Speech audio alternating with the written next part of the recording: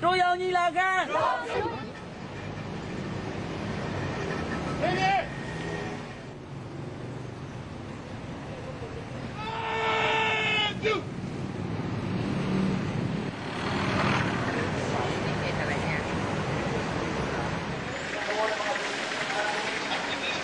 Para sa pagpabalik ng kalayaan 2007 at ang araw po na ito ay makasalan ang araw na ito ng ating paggunita sa madugong kasaysayan. Tao ng lahat ng mamamayan ng Burma.